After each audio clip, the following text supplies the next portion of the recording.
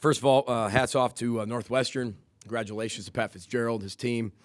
They got a really good football team. They beat teams just like that. Like Iceman from Top Gun, for all the people who know that's like cool as ice. They don't make any mistakes. Never makes a mistake. They didn't make a mistake. They don't give you anything.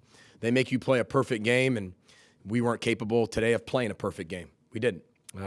There's some incredible individual performances. Blake Cashman set a tackle record at the University of Minnesota with 20 tackles. It's a perfect opportunity for him to go off on a high note here, just individually at TCF Bank Stadium in his last game. A lot of individual performances, but we just didn't play well enough. We had 3 turnovers, and you have 3 turnovers against Northwestern, you're going to lose a football game. And they don't have anything that they give you, you're probably going to lose it. 10-point game. 10-point game in the finish. I thought the 4th and 1 was big that we didn't get. The missed field goal was big that we didn't get. The sack fumble was big that happened to us. The big kickoff return after we scored. We bust on cover 2. We don't make the play over there, and that's pretty much the game. But that's what Northwestern does. And usually every head coach is talking after the games, talking about 4 or 5 plays that could have went either way when you play them because they make you beat yourself. And we found a way to beat ourselves tonight with a compliment to Northwestern because that's what they do. And, I think we're closer. I think you can see that. That's the Big Ten West champs. And with our football team and the way they fight and the way they play and the change we've had, we're getting closer. And I'm proud of how hard they played, how hard they fought. I thought the defense played tremendously hard. They were put into 2 really bad positions that ended up in touchdowns, but those are very, very short fields. You take those away without the takeaways or the turnovers, and it's a different ball game. But we're not at a point where we can recover from 3 turnovers at all. We're not. We weren't at the beginning of the year, and we're not now. So got to take your hat off to them. Congratulations to them. They're the Big Ten West champs for a reason. And like I told our team in there, listen, this one's over. It's done with. We got a lot to learn from it, but we got 7 days. We got 7 days, and we get a chance to have everything in front of us. Still bowl game eligibility still out there, still something that we haven't had for 15 years. Get to go on the road and have one last opportunity with our seniors in a regular season game. So we're going to prepare really hard, get our kids ready for that, and move forward. With that, open up for questions. Coach, can you talk a little bit more about Blake and what you thought of him today? We're going to miss that young man one day. We're going to miss him. He's an incredible player. He's so instinctual. He's tough. He loves football. He loves his life. He loves academics. He's got his own nonprofit organization. That's what it looks like. That's what our program looks like. And I wish I had 130 of Blake Cashman because he's exactly what college football is all about, what it should be about. Very selfless player. What he did tonight was really special, and I'll remember that the rest of my life of what kind of performance that was, 20 tackles. He was all over the field. And we talk about refusing to lose versus wanting to win. He refused to lose. And all of our young players on our football team can learn a lot from how he played. And they're all going to watch how he played. I'm going to make sure the offense watches all 20 tackles for all those young guys to be able to watch. This is how hard that guy played in his final game. This is what it should look like every game. And I thought, he played incredibly. He played incredible. He did. He played like he's capable of playing all the time. That's why he's going to be a National Football League player. Coach, you guys tie the game with 2 minutes left. Did you sense a letdown right away after you guys scored? Not at all. I think they just executed at a high level. They did a nice job on a kickoff return. We missed 1 tackle on that, and then it spits out. And then, like their wideouts do a really nice job of catching in traffic. And we had 2 plays where, we don't cover. Not that we don't cover our guys, we just don't cover them well enough. And they execute. Next thing you know, they're down inside the green zone, and then they score. So there's no letdown. It's just they executed better than we executed. You do some pretty good seniors, don't you? Yeah, our senior class is really tremendous, and we're excited. We got 1 more game with them. How much different of a game would it have been, without those 3 turnovers? Well, coulda, woulda, shoulda. I don't know. We can go back and play it. You guys want to play it again? I'll play it again. Ask Northwestern if they'd like to do it one more time. You just never know. I mean, every play tells its own story page to the complete story. Every series is its own chapter, and it writes itself. I never really look at what would have happened if we didn't do that or we did do that. We did do that. Whatever it was, we did do. And that's how the game unfolded. And but if you don't turn the ball over, you have a 78% chance of winning. We turned the ball over 3 times, and they turned it over 0. That would give us basically a 0% chance of winning that football game. And we didn't win the football game.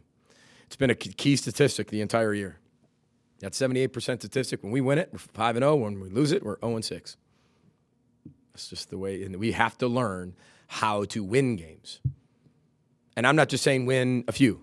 I'm saying how to win a championship and do that on a consistent basis. That team does that on a consistent basis. How do you think Tanner responded from the 2 early interceptions? I thought he responded really well. I wanted to see him respond.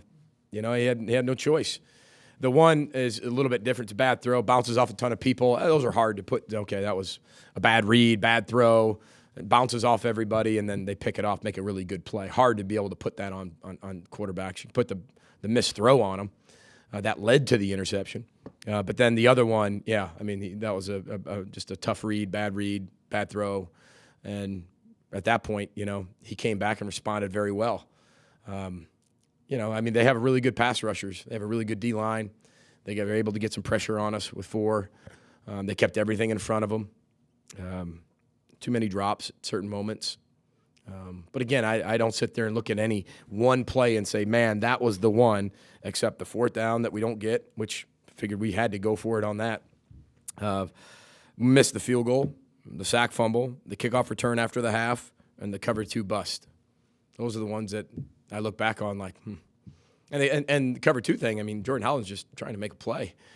He sees the ball, and he just is that close from making a play on it. And kid makes a good play. But again, he's going to know what he can do and what he can't do. Failing his growth. Now he knows. Did you think about going to Zach? I don't think that ever I'd be lying to you if I said it didn't come into your mind, because you only have 2 quarterbacks. You got a guy in the first half with two interceptions. And again, if it didn't respond well, yeah, probably. But I thought he responded really well. And I don't think that was the issue. I wouldn't sit there and say that was the major issue. Sack fumble, we get beat right off the edge. He's got no chance. He's got no chance whatsoever. And he had nothing to do with the missed field goal. He had nothing to do with the 4th and 1. So but you look at how they're playing, and he kept everybody together. You talk about his leadership. He kept everybody connected. How close was Donnell to not playing? Very close. Very close. You should be very happy with the big improvement after Illinois to play Purdue the way you played and to play Northwestern today. Pretty good. Listen, I feel pretty good because I get to coach this football team. That's why I feel pretty good. I get to be able to help them respond to it and help them come back tomorrow and handle the adversity. And I'm really excited I get to lead the team to show them how to do that. But I'm not into all the comparisons. There are no moral victories. We're not here for that. We're here to be able to be a championship culture and a championship winning football team. And we're not at that stage yet. The culture's being built, yes, but we're not at that stage yet. We're getting closer. And that team that just won the championship out there, we were close. And we beat ourselves, but they had something to do with that. You talked about Blake Cashman's individual performance. Tyler Johnson's had a good individual season. But through 11 games, how has he influenced the entire offense? Well, I think he's become – are you talking about Tyler Johnson? Yeah. I think he's become a big-time college football wide receiver, a complete wide receiver. He's able to play outside, inside, his route running, his center of gravity, his blocking, the ability to understand coverage, the ability to catch the ball in traffic, contested in everything, whether you're in routes, escapes, separations. I think he's really been able to play at a high level, and he should have. He worked incredibly hard, and I only expect better things for him to come. And he's been a great example for those young guys.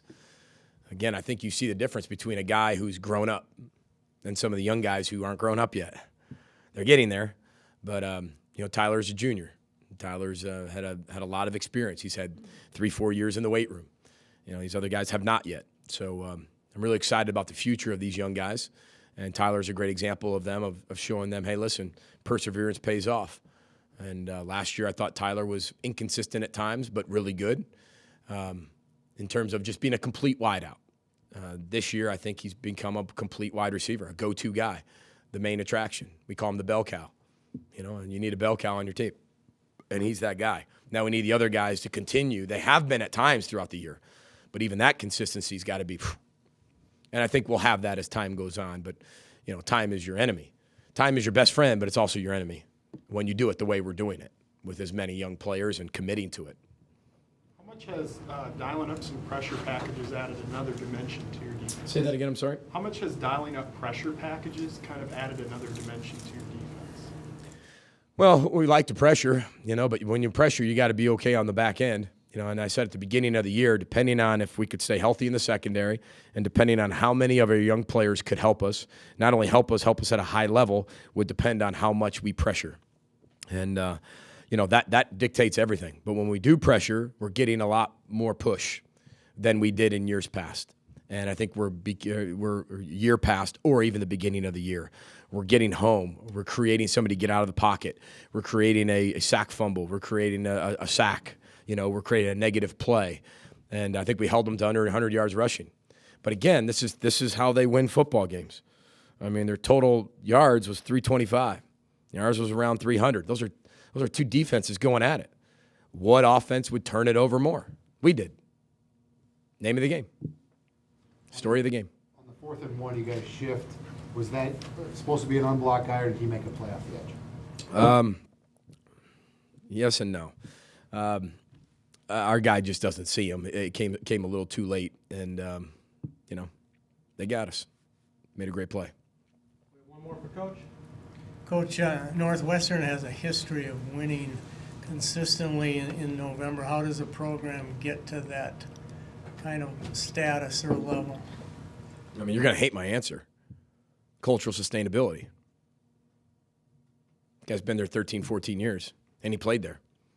And he coached for the last coach that was there, Randy Walker, God rest his soul, tremendous football coach.